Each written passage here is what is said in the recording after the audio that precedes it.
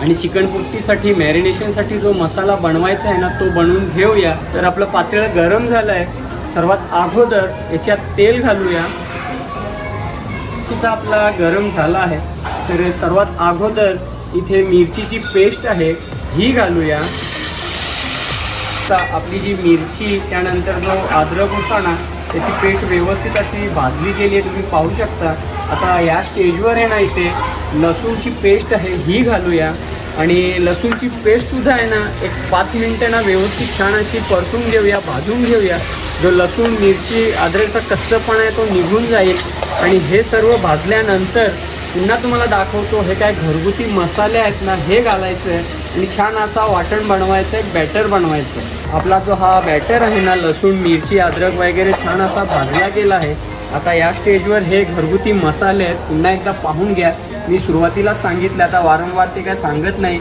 हे मसाले घालूया आणि त्याचबरोबर आहे ना थोडंसं पाणी घालूया, कारण आपले मसाले जळणार नाहीत याची काळजी घ्या आणि व्यवस्थित हा मसाला आहे ना भाजून घ्या।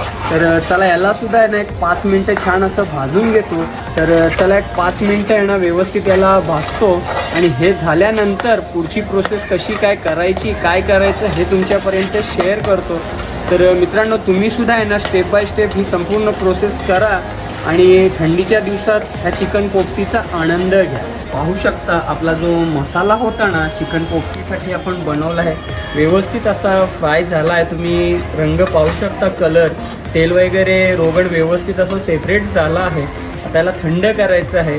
तर याच्यातला अर्धा बॅटर आहे ना इथे पाहून घ्या, आपला चिकन आहे चिकनमध्ये घालायचं आहे आणि चिकनला मॅरिनेशन करायचं आहे। 1-1.5 तास तरी केलं तरी चालेल।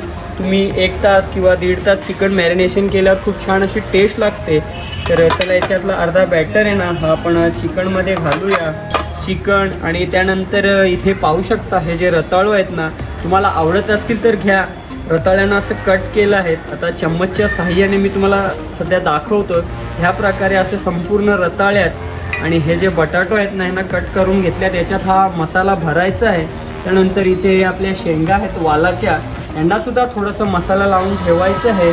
त्याचबरोबर इथे तुरीच्या शेंगा आहेत, यांना सुद्धा हा मसाला लावायचा आहे। तर चला सर्वात अगोदर चिकन वगैरे मॅरिनेशन करून घेतो। हे रताळू आणि हे बटाटे यांच्यात मसाला वगैरे भरून घेतो आणि उरलेला मसाला शेंगांना लावून 1-1.5 तास आपण मॅरिनेशनसाठी ठेवणार आहोत। तर मित्रांनो तुम्ही सुद्धा आहे ना या प्रकारची चिकन पोपटी नक्की बनवा आणि आनंद घ्या या थंडीच्या दिवसात।